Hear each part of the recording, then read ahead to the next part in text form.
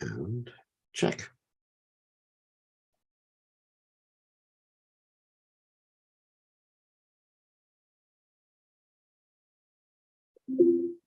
We are live. And check. Okay, check. We are live. Okay, friends. So we're gonna go back to Prabhupada's and search the truth or the Ramananda Samvada, but first we're going to chant. Wait a second, get everything set up. Got it.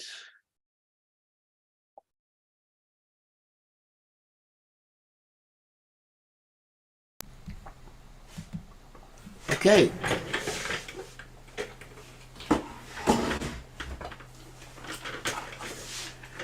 Maybe tomorrow we can start using the guitar again. Here we go.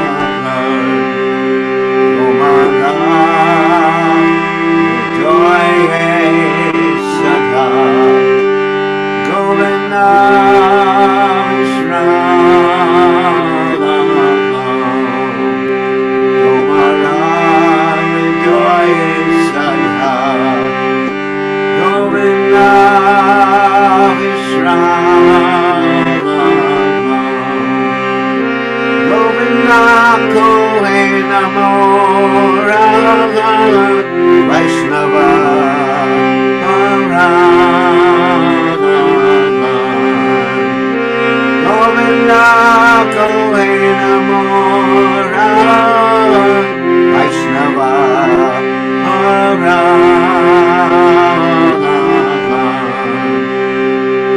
Prati Janme Koryasha Jananara Dule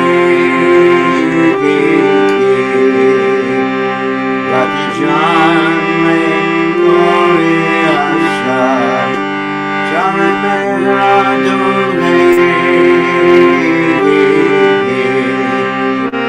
Naratame Kodoye Apnara Mohi Naratame Kodoye Apnara Mohi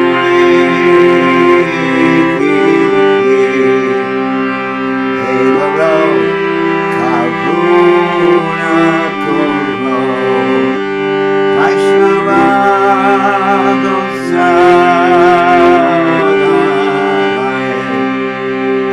Hevaro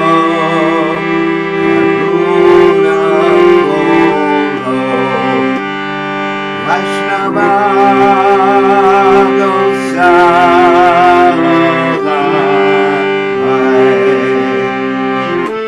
Prabhupada, Prabhupada, Jaya Prabhupada, Shiva Prabhupada, Prabhupada, Prabhupada, Prabhupada,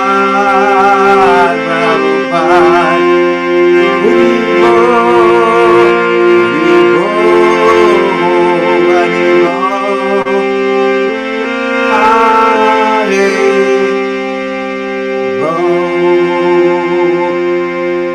Jai Om Vishnupad Paramahansa Parapadikacharya O Sutara Sutashi Shimad His Divine Grace Abhaya Chananada Bhaktivedanta Goswami Srila Prabhupada Ki Jai ISKCON Founder Acharya Srila Prabhupada Ki Jai Anantakoti Vaishnava Vrinda Ki Jai Namacharya Srila Haridas Thakur Ki Jai Prem Se Aho Sri Krishna Chaitanya Prabhu Nityananda Shidwaita Gadadha Shivasadi Gaur Bhaktivinoda Ki Jai Shri Shri Radhakrishna Gopi Gopinath Sayam Kunda Radhakunda Giri Govardhan Ki Jai Vrindavanam Ki Jai Machuradam Ki Jai Jagadada Sami Ki Jai Murmai Ki Jai Shrimati Lasi Devi Ki Jai Samaveda Bhakta Vrinda Ki Jai Gaur Premananda Hari Hari Gaur. All glory is to the assembled devotees, all glory is the assembled devotees, all glory is the assembled devotees, all glory is to Shri Guru and Gauranga, Srila Prabhupada Ki Jai, Nama Om Vishnu Padaya, Krishna Prasthaya Bhutale, Srimati Bhaktivedanta Swami, Namani Namaste, Saraswati Devi, Gauravani Pachani, Nivashesha Shinjavani, Paschatya Dejatarni. Translation. O Vaishnava Goswami, please be merciful to me now. There is no one except you who can purify the fallen souls.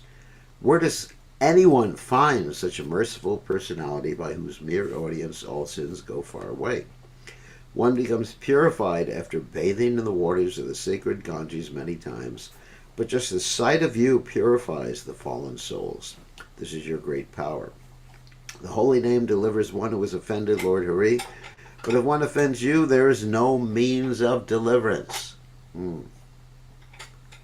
Your heart is always the resting place of Lord Govinda, and Lord Govinda says, the Vaishnavas are in my heart. I desire the dust of your holy feet in every birth I may take. Please consider Narottama yours. Okay. Sorry, I'm just checking something. And be kind upon him. Narottama Das Thakur Ki Jai. Haribo. Okay. So let us go to In Search of the Absolute Truth, or the Ramananda Samvada, which we're reading, which is one of Prabhupada's books that 1959 that he wrote before he came to the United States, and you are getting the opportunity to hear this book. So, Omagana Timiranda Shah Gananjana Shlakaya Chakshur Unmeditam Yena Tasmai Shigaravena Maha. I offer my respectful obeisances unto the lotus feet of my spiritual master, His Divine Grace A.C. Bhaktivedanta Swami Srila Prabhupada, who so kindly opened my eyes with a torchlight of knowledge while I was blinded in the darkness of ignorance. Okay, let us share the screen. Give me 1 second. Whoops, you're going to the wrong screen. Share screen. And here it is.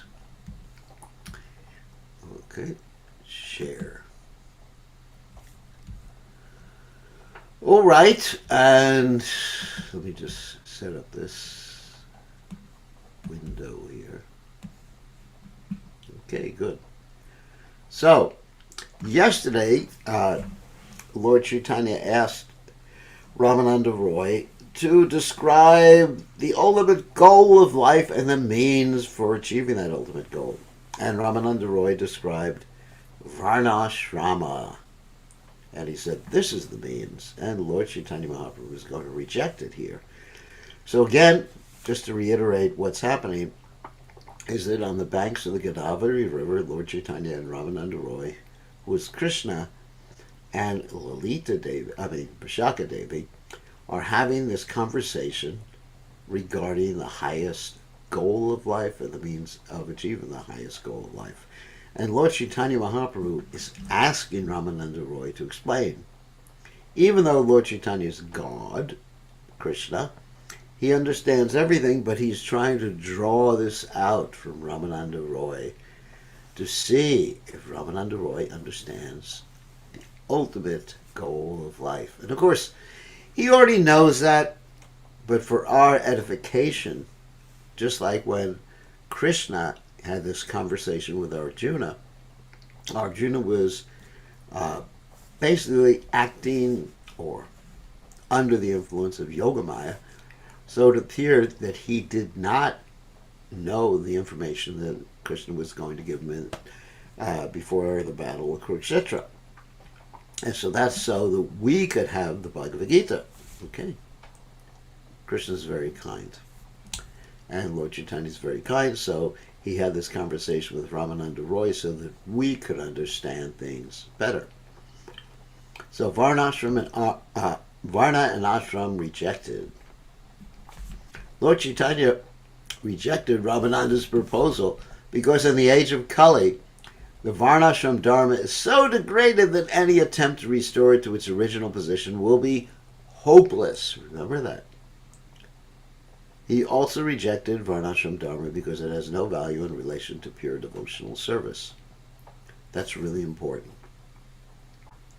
So, sometimes we find devotees want to apply Varnashram Dharma wholesale to the Krishna consciousness movement. It's not really meant for that. It just would create a social disorder to do that right now. Simply, we have to be aware that everybody has a different nature, and they should be engaged in Krishna's service according to that nature. That's all we need to do. The second, more important consideration is that even if the Varnashram system is observed strictly, it cannot help one we got to go to the next page, and then back to the left-hand side, cannot help one to rise, hold on a second,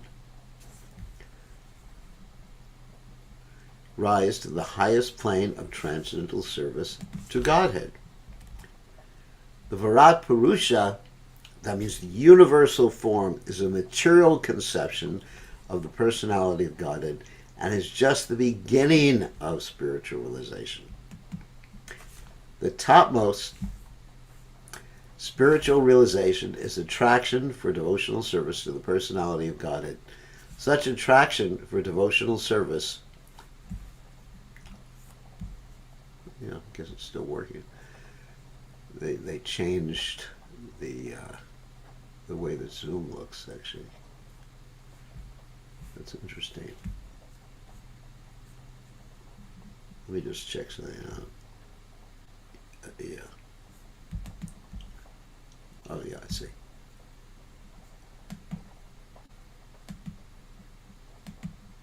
Whoops.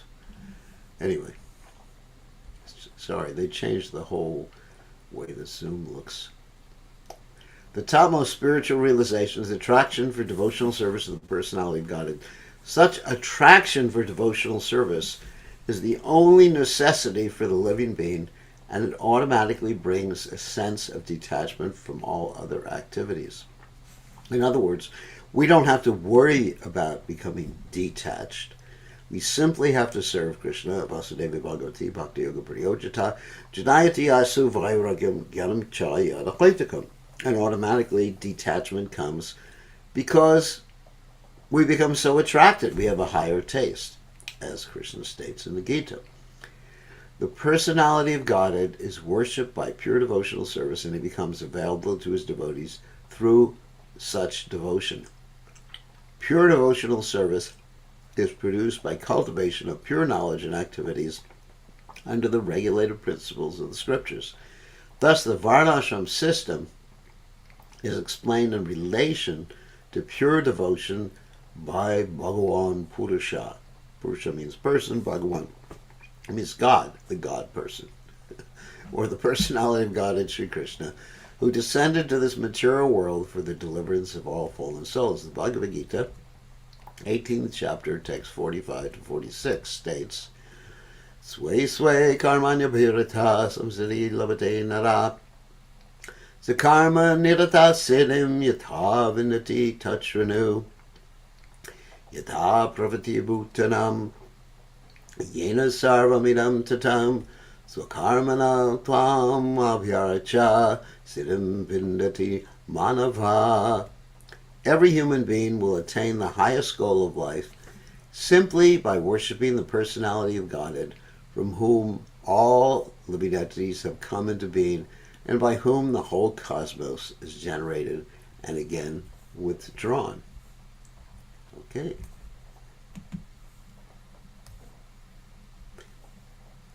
Back to the top of the page. Worshipping Godhead by prescribed duties is the beginning of devotional service, and all the great sages like Tanka, Dharmida, Baruchi, Bodhayana, Guhadeva, and Karpardi have approved of the system of gradual progress. All the ancient authorities have commented on the Vedas in accordance with this principle. The authorities of the Ramanuja sect of Vaishnavas also affirm the above. Ramanuja sect of Vaishnavas, that's called the Sri Sampradaya, or the Sampradaya coming from Lakshmi, headed up by, of course, Ramanujacharya. The easiest way of attaining the absolute truth is to culture knowledge about the absolute truth as is described in the scriptures while simultaneously performing one's prescribed duty. This process is almost direct realization of the path of devotional service. Realization of the absolute truth by proper observance of the Varnashram system does not mean to accept only the renounced order of sannyas, but it means that everyone can attain the highest goal by performance of his own duties. Proper performance does not necessarily mean to take sannyas. In other words, everybody should be serving Krishna according to his or her psychophysical nature. Everybody has a particular psychophysical nature. Someone's an intellectual, someone feels like protecting others, that's a Kshatriya, someone feels like making money, that's a Vaishya, someone feels like doing artwork, that's a Shudra. And all persons doing and offering their service and the results of their service to Krishna can make advancement in devotional service.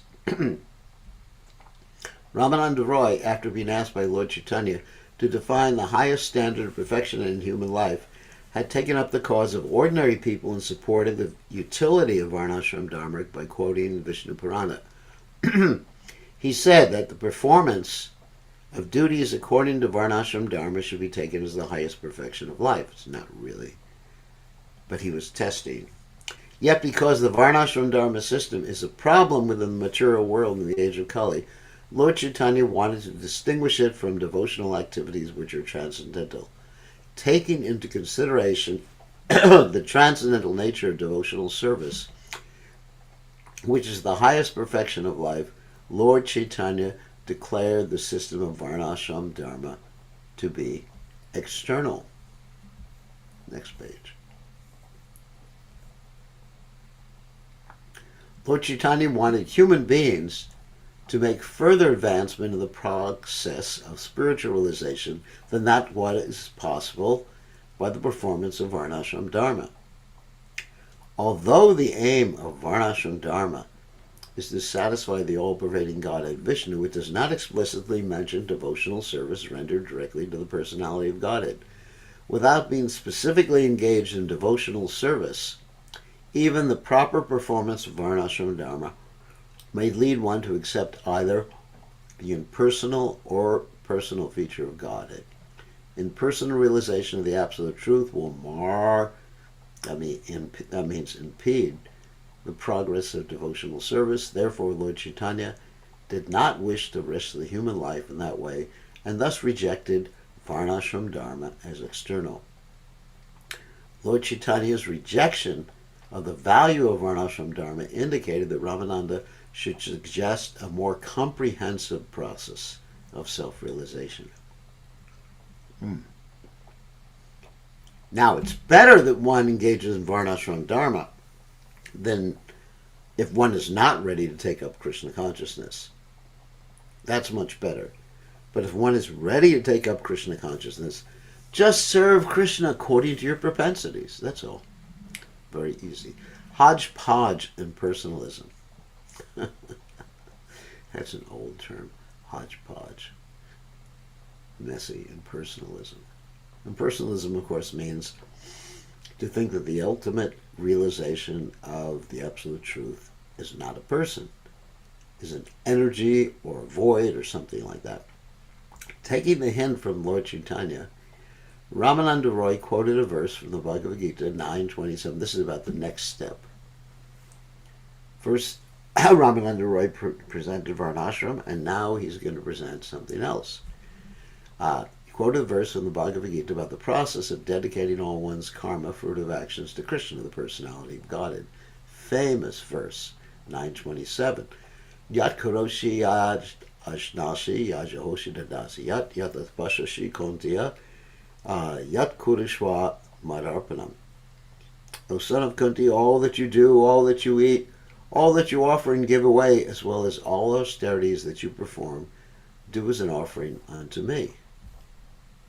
Okay.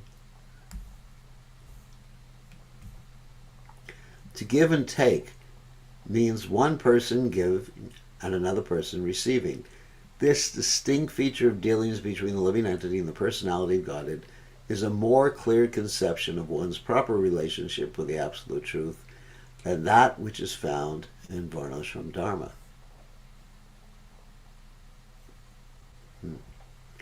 The present age of Kali is almost fully surcharged with the imperfect idea of the Absolute Truth being impersonal. The Mayavada, that means those who think the Lord's form, the Lord's personality, the Lord's activities are all illusion. They're called Mayavadis. So the Mayavada school has chiefly fathered this impersonal idea of the Absolute Truth by systematic propaganda since the time of Shripad Shankaracharya. Shripad Shankaracharya is an incarnation of Lord Shiva. So why did he do such a thing? Because he wanted to take people away from Buddhism and bring them back to the Vedas. So he had to take them halfway back to the Absolute Truth, and the next half was done by these great acharyas like Ramanujacharya, Nimbarkacharya, Madhvacharya, etc.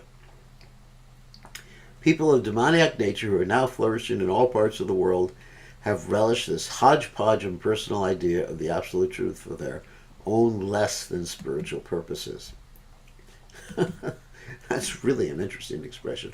What does Prabhupada mean, own less than spiritual purposes? Well, actually, if people take to the understanding that the Absolute Truth is impersonal, then anything goes. anything goes. It really doesn't matter what you do, because when it's over, you just merge into the absolute truth or become nothing or something like that. So, and you use it, it's very easy to speak some hodgepodge, flowery words and impress people and give up some flowers in the meantime. The materialistic people of the world are practically all atheistic and immoral due to the infectious conditions of Kali Yuga. The Kali Yuga is predominated by illegitimate connection with the opposite sex, killing of animals, intoxication, and gambling. You may recognize that as the four regulated principles, or the breaking of the four regulated principles. The materialists are almost all notorious, that means bad reputation, for all these kinds of nefarious works in spite of their so-called education and knowledge. Obviously, I mean, that's what society is based on now. Intoxication, killing of animals, sex, and gambling. They are in the language, I mean, just like you read the newspaper, you hear about the lottery, how there's $1 billion that someone's going to win, and then, of course, practically everyone's taking intoxication, has a big liquor cabinet at home, people are eating meat, and, sex is just glorified everywhere in the media. They are, in the language of Bhagavad Gita, dushkritina. That means bad actions, or qualified in the wrong way. When a human being's activity is targeted towards self-realization, it is right activity. Wrong activity means entangling oneself more and more in the conditions of material nature. Kriti means one who is qualified, and dush means the wrong way. So the combined word dushkritina means one who is qualified in the wrong way. That's an interesting expression. The advancement of material education has produced many graduates, postgraduates, professors, and many other so-called enlightened people in this age of Kali. But most of them are being wrongly educated. The result is that the more people are educated, the more they become immoral and atheistic. Moreover, wrongly educated people have practically no faith in the scriptural injunctions. They have no respect for the self-realized sages who have left behind many valuable literary works which are considered the treasure chest of spiritual cultivation. Of course, that doesn't mean that education itself is making people faithless. It's a question of the type of education. Material education, when utilized in Krishna's service, can actually help one serve Krishna and make spiritual advancement. But material education without Krishna, that's based on certain concepts, like everything happens by chance or there's no God, which is actually misguiding people and taking people away from Krishna. I remember the first time I saw Prabhupada, first trip, of course, in Gainesville, Florida. Prabhupada was speaking at the University of Florida in what's called the Plaza of the Americas, in front of everybody. And Prabhupada asked the question. The question was, is there a department, a spiritual department in this particular university? I mean, certainly there was a department of science, a department of mathematics, there was a department of history, there was a department of philosophy, but there was no department to try to understand who we are, what the soul is, who God is. No department at all. And Prabhupada made that point very strongly, actually the first time I saw him, first time I heard him speak. To further misguide these wrongly qualified persons, the Pashandis or atheists in the garb of spiritual instructors encourage them in the wrong method of livelihood. This has been predicted in the Srimad Bhagavatam in the 12th canto, 4th chapter, texts 43 to 44. Shukadeva Goswami addressed King Parikshit. O my king, in the age of Kali, that's right now in case you haven't figured it out, almost all the people who are destined to die do not worship the absolute personality of Godhead, who is the Lord of the universe and is respectfully obeyed by all demigods such as Brahma, Mahadeva, Indra, and others. Unfortunately, the people in the age of Kali worship Pashandis, who misrepresent the teachings of the Vedas by atheistic culture. Prabhupada here is talking about atheist scientists. These people infected by the sinful activities of Kali do not worship the personality of Godhead, the remembrance of whose name only even a dying person, a person in trouble, or a person who has fallen down, can deliver all from distress and sin and lift them to the highest goal of life. Because Pashandi means like atheists. The Pashandis have most successfully misdirected the so-called enlightened people of Kali Yuga. They have successfully produced or manufactured many avatars or incarnations of Godhead of their own choice without any reference to the Shastras, scriptures, and propagated the false idea of impersonal liberation as the highest achievement of life, or in life. And you see this in India, of course. Generally, that's what people believe because of these Pashandis. Okay, we continue. Shankara, astonished. These impersonalists of the present age declare themselves to be the followers of Sripad Shankaracharya. But even if Shankaracharya himself happened to appear, he would be astonished to see his so-called followers. In fact, these impersonalists are all atheists and materialists. They have nothing to do either with the actual Brahmavada school of Shankaracharya or with the Bhagavat Sampradaya represented by the Vaishnavacharyas, because we're members of the Bhagavata Sampradaya, and Shankaracharya taught the Brahmavada school. That ultimately everything is impersonal. And basically, the illusion is that we are seeing the variety. That's the illusion. That's what Shankaracharya taught, not what I'm teaching, not what Prabhupada taught. And Bhagavad Sampradaya teaches the ultimate goal is to love Krishna and serve him eternally in the spiritual realm. So, the modern day people, they just make up their own philosophy, and sometimes they attribute their own philosophy to Shankaracharya or to what's called, quote, Hinduism. And of course, as we know, the word Hindu is not a word in the Vedic literatures. The word Hindu comes from a geographical designation that was given by those outside of India who could not pronounce Sindhu properly. Sindhu can mean like an ocean or the Sindhu River. And so everyone in India was on the other side of the ocean or the other side of the Sindhu River. And so therefore, because they couldn't pronounce S properly, it was like Hindu, like that. And it became Hindu. The impersonal, and so that word is a complete geographical designation. It has nothing to do with spirituality, although nowadays it is actually utilized to indicate those who are followers of the so-called Hindu religion, which nobody understands anyway. The impersonal conception of the absolute truth, propounded by the so-called Brahmavad school, falls short of spiritual progress from its first step.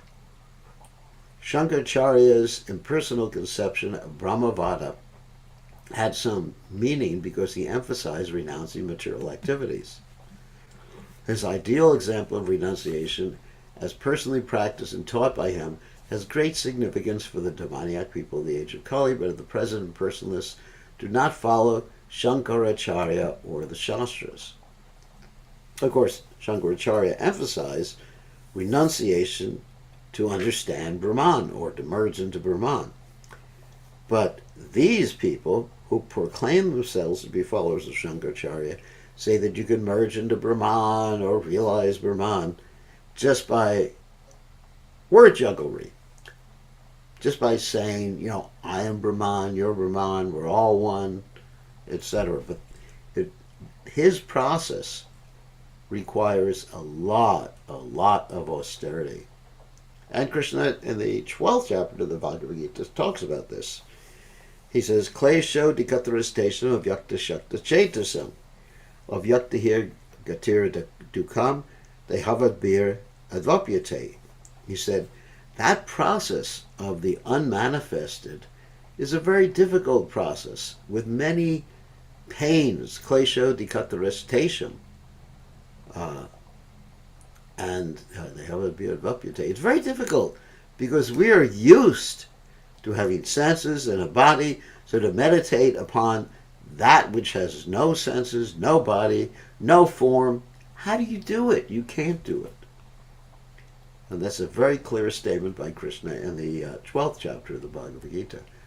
They do, however, preach something that is not only absurd from all spiritual points of view, but is the start of material enjoyment, which they try to cover with the red garments of renunciation. And you see many of these popular personalities, popular in the sense that many people follow them, on the internet. I mean, you can go to YouTube and you'll see many of these people doing that. And some of them apparently show miracles. I was, just out of curiosity, I was actually looking at a video of one of these people, one of these persons, yesterday to see their miracles. And so this particular individual, who shall remain nameless to protect the guilty, this particular individual was manifesting jewelry. And so he had long sleeves. Actually, that's required if you're going to be a magician. He had very, very long sleeves when it went up to, actually the hand, almost went up to the hand. And the way he would produce the jewelry or something to give to one of his followers, he would just shake his hand like this first. Obviously, if you shake your hand, whatever's there is going to come out. And so then he would produce jewelry, and everybody was going, Jai, Jai, Haribo. Oh, isn't he wonderful? And he put this jewelry on his followers, you know. And other times they would produce some ashes, which is not worth too much. So anyway, and then, you know, generally he did preach impersonalism. Of course, he utilized his version of impersonalism to portray himself as the latest incarnation of Brahman, the absolute truth. Anyway, people are crazy. The so-called followers of Sripad Shankaracharya, condemned by Shankaracharya himself because they have taken the red dress simply for the matter of filling their bellies. Prabhupada is just slamming these people. The atheistic impersonalists have done tremendous harm to the potential for spiritual advancement of the people in general. Therefore, the impersonalists have become the principal target of reformation for the peaceful Sankirtan movement of Lord Chaitanya. And of course, we see in Prabhupada's Pramanam mantra, Nirvashesha Shunyavadi Paschatya Deshatari. It says that Namaste Saraswati Deve Gauravani Pracharani Nirvashesha Shunyavadi Paschatya Deshatari, offered respectful obeisances unto the servant of His Divine Grace, Srila Bhakti Siddhanta Saraswati Thakur, who has been sent to the Western world to deal with the predominance of impersonalism and voidism. And you see, Prabhupada spent a lot of energy dealing with impersonalists and voidists. Okay, next page.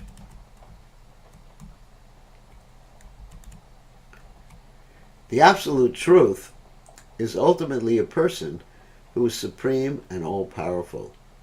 He is called Purushottama. Purushottama means the highest person. Uttama, Purusha. Impersonal Brahman is the effulgence of his personal body, and the localized Paramatma, that's the Lord in the heart, or the supersoul, is his plenary part. That is the verdict of all the Shastras, especially the Bhagavad Gita, Srimad Bhagavatam, and all other allied transcendental literatures. The whole Sankirtana movement of Lord Chaitanya is aimed at giving importance to the personality of Godhead and his transcendental service. As such, Lord Chaitanya always regarded the impersonal conception of the Absolute Truth as detrimental to the path of devotional activities. He considered the system of Varnashram Dharma to be external because even if Varnashram Dharma is properly carried out, one still cannot get a clear conception of the personality of Godhead. Now, Ramananda's suggestion of the shloka from the Bhagavad Gita about offering everything to Krishna definitely advances the conception of the personality of Godhead, but still the practice of this conception is not fully transcendental. That's yat kurushi, yat snashi, yat dadashi, dadasi yat, yata pashashi kondya tat kurushva mararpanam. That means offer, whatever you give away should be done as an offering to Krishna.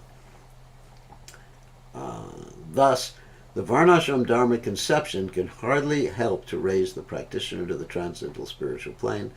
Lord Chaitanya thus rejected this material conception of the personality of Godhead and called it external.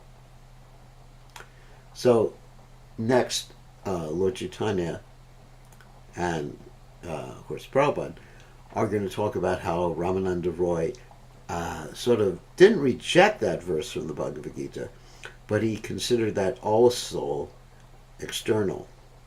The grossly materialistic people cannot understand how it is possible to give away the result of one's work. It is impossible for grossly materialistic people to part with their earnings that are made by their personal effort. Such gross materialists can simply get information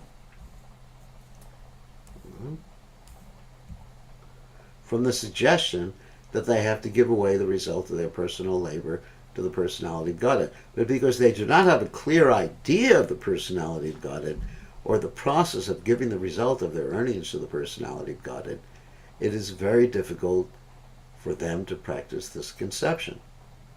So therefore, Lord Chaitanya is not really rejecting the second suggestion of Ramananda Roy, which is whatever you do, whatever you offer, whatever you give away should be done for Krishna. But he's saying, basically, people don't have a clear idea. What does it mean to offer everything to Krishna? I mean, sometimes I've run into people who know about Krishna, and they say, I'm offering everything to Krishna. I'm going to give an example. Sometimes people come to the temple, and they say, I would like to offer my car to Krishna. Okay. And first time it happened, I said, thank you very much. We need more cars here. And they said, here's the process for offering the car. Do a little puja for the car, Shrikar, Charana Padma, or whatever it is. You do a little puja for the car, or a little sacrifice, and then they take the car back. Another time I was doing the fire sacrifice, and a bunch of people put gold coins in the fire, and I was thinking, they're offering to Krishna. But their conception of offering to Krishna was, in their mind, they were offering to Krishna for their own enjoyment. So Lord Chaitanya Mahaprabhu rejects this as the highest goal or a method of achieving Krishna consciousness, although it can be accepted as part of the ultimate method of serving Krishna and reaching Krishna consciousness. But it's not the final step. And just accepting it without anything else will not give you spiritual perfection, because you won't have the knowledge on how to do any of those things, and you're not have the knowledge that you have to do it with devotion. When Lord Chaitanya rejected Ramananda Roy's second suggestion of directly offering the fruits of one's actions to God rather than indirectly through Varnashram Dharma, or the Varnashram system, Ramananda then made a third suggestion. Here's the third step. He proposed that ordinary people were fully engaged in the act of earning and enjoying, improve their life by giving up the process of continuing to live in the material world while offering the fruits of their labor to God. On the basis of this improved idea, Ramananda quoted a shloka from the Srimad Bhagavatam 11.11.32. Adayaivam gunandosham ayadishtam apisvakam dharman samtyagya yaksarvan mam vajet sacha sattama. In this shloka, the The personality of God is said. Occupational duties are described in the religious scriptures.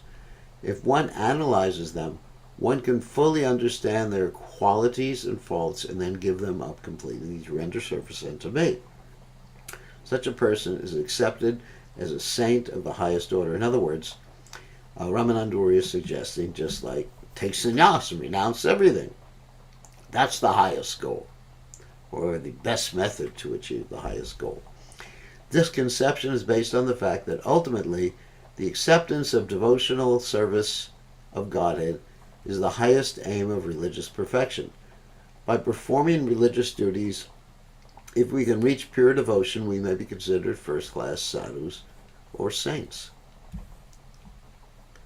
And this is basically what he was saying. Accept sannyas. Give up everything and take sannyas. So this is Ramananda suggested that we give up practicing the rules of varnashram dharma and take sannyas. Acceptance of sannyas means to renounce materialistic life, and in doing so, one has to engage fully in the devotional service of Godhead. In support of this idea, Ramananda quoted the above shloka from the Bhagavatam. He also supported his suggestion with another shloka from the Bhagavad Gita, 1866, which is the most famous shloka. Sarvadhamam parityaya mamekam sharanam vraja aham tvam sarvapopepyo mokshayashyami masucha. Here the personality of Godhead desires that everyone give up all other religious considerations and engage wholly and solely in following him exclusively.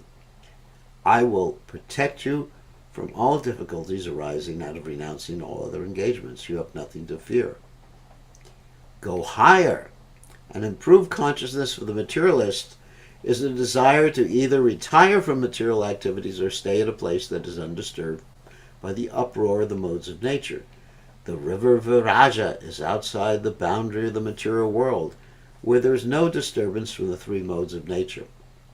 The material world is the creation of the external energy of Godhead, and Vaikuntha, the spiritual world, is the creation of the internal energy of Godhead.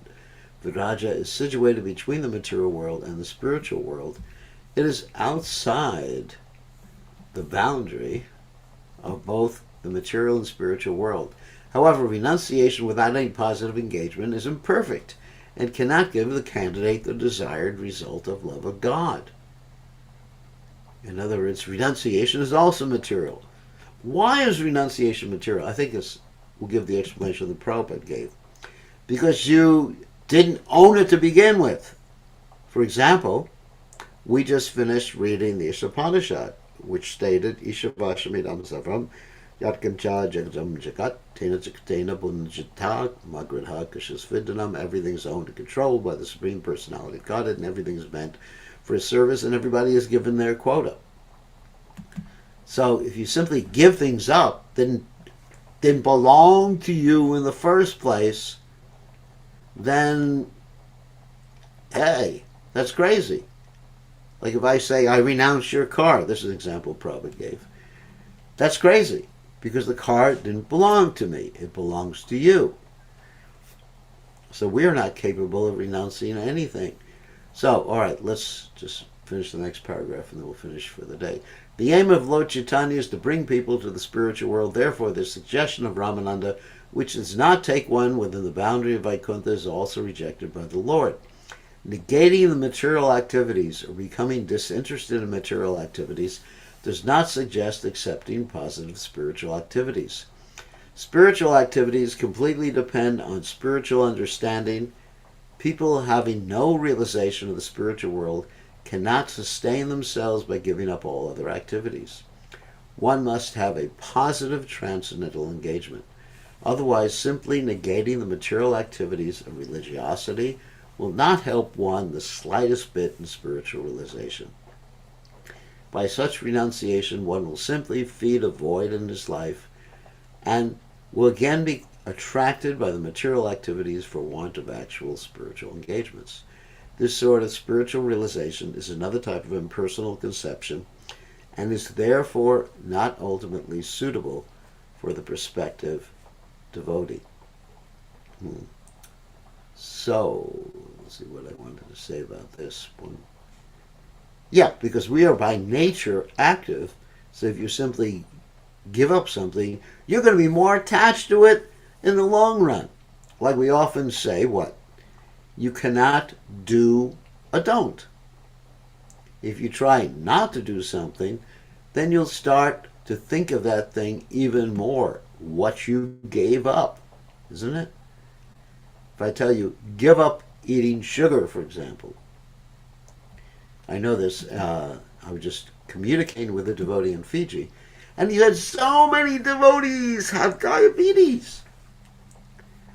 Fiji, I think, has the highest incidence per capita of diabetes in the world, or pretty close to the highest incidence.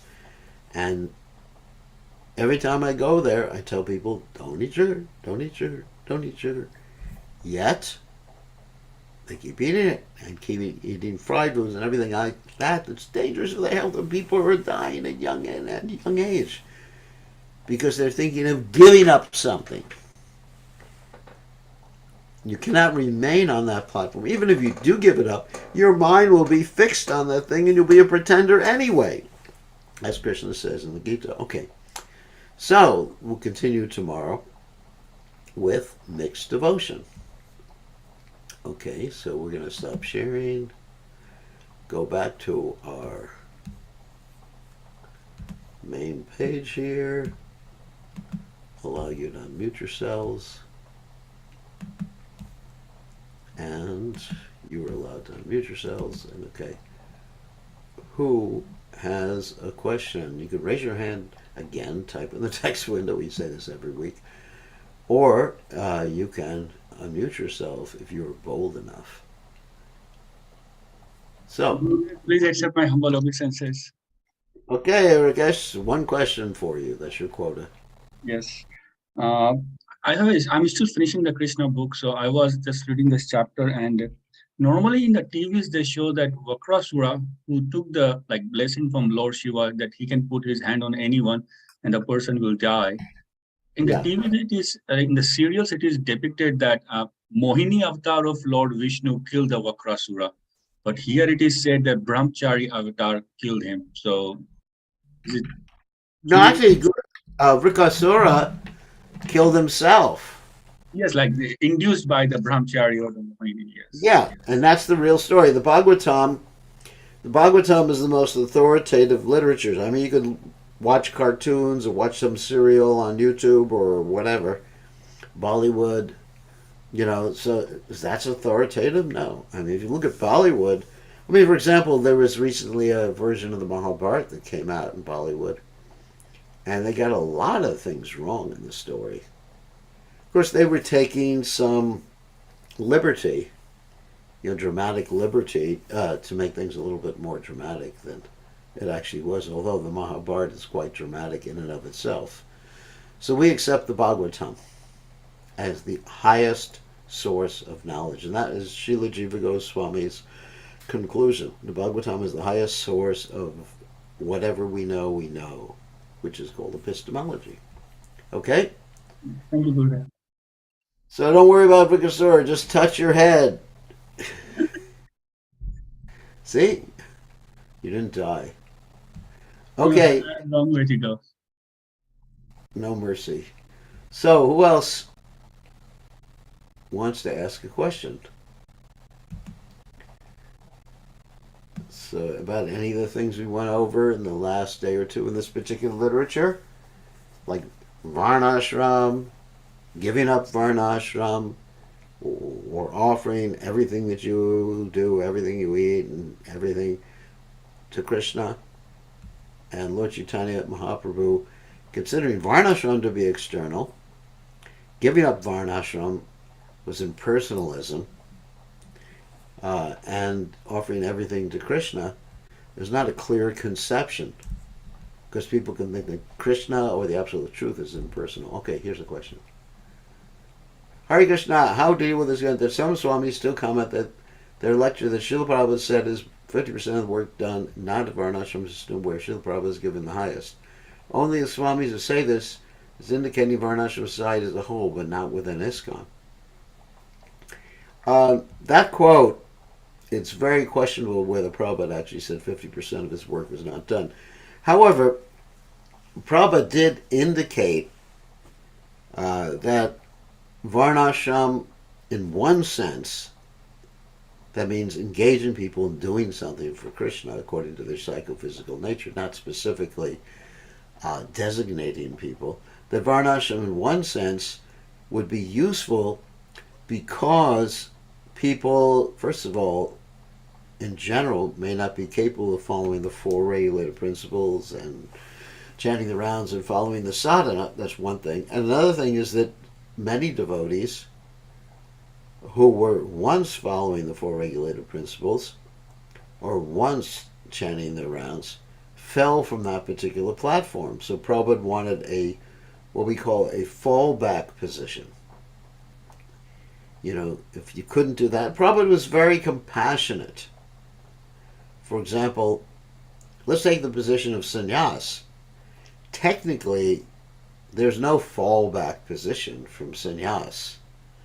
If one gives up sannyas, kaput's finished. And like we see in the case of that story of Junior Haridas, it's just like, he made a little mistake and that was it, okay? So, but Prabhupada, when someone would give up sannyas, Prabhupada was just so merciful and said, all right, then just preach with renewed energy. Prabhupada was without Prabhupada's mercy, we'd all be kaput. Kaput is a Sanskrit word for finished. Of course, not Sanskrit, I understand that. So, we need Prabhupada's mercy. And so Prabhupada wanted Varnashram to somehow or other engage people in coming or remaining at one level or another connected to Krishna. That's the whole point. But it is external. It's not the highest goal. It's not the method for achieving the highest goal. It can be utilized to keep people from being animals and ultimately to keep them from deviating too much from the path, or at least engaged in ultimately accepting the path. But Prabhupada didn't indicate that we'd be taking devotees and calling devotees, Brahman, Kshatriyas, Vaishyas, Shudras. Prabhupada didn't indicate that we would be calling people who are actually engaged in bhakti yoga and the Navabhakti process, that we would be designating them. Now, they would teach. There's some indication that Prabhupada wanted devotees, especially the Brahmins, those who are intellectuals amongst devotees, let's not even say Brahmins. He wanted them to teach others how to perform their duties within the Varnashram system. Especially the Vaishyas, not Vaishyas, especially the Brahmins and Kshatriyas, they should have instruction on how to do their duty. One time Prabhupada was asked, do we have to instruct the Vaishyas in the Varnashram culture? And Prabhupada said, why do we have to instruct people in business? I'm just paraphrasing what Prabhupada said. Business means buying things at a low price and selling at a high price, and basically saying, for you, there's no profit. So, there's no direct indication that Prabhupada said 50% of his work is not done because of Varnashram, but there is an indication that Prabhupada wanted aspects of Varnashram there for those who were not able to follow strictly Krishna consciousness or who left Krishna consciousness. And, we didn't want an all or nothing situation for people. That's really the point. Okay. Very nice question. Who else has a question? Whoops. It's 6 o'clock here. It's on the hour right now. So one more question real quickly. If anyone has a question. Otherwise, we will end the discussion. All right. No other questions. Thank you very much. All glory, excuse me. All glory is to His Divine Grace, A.C. Bhaktivedanta Swami.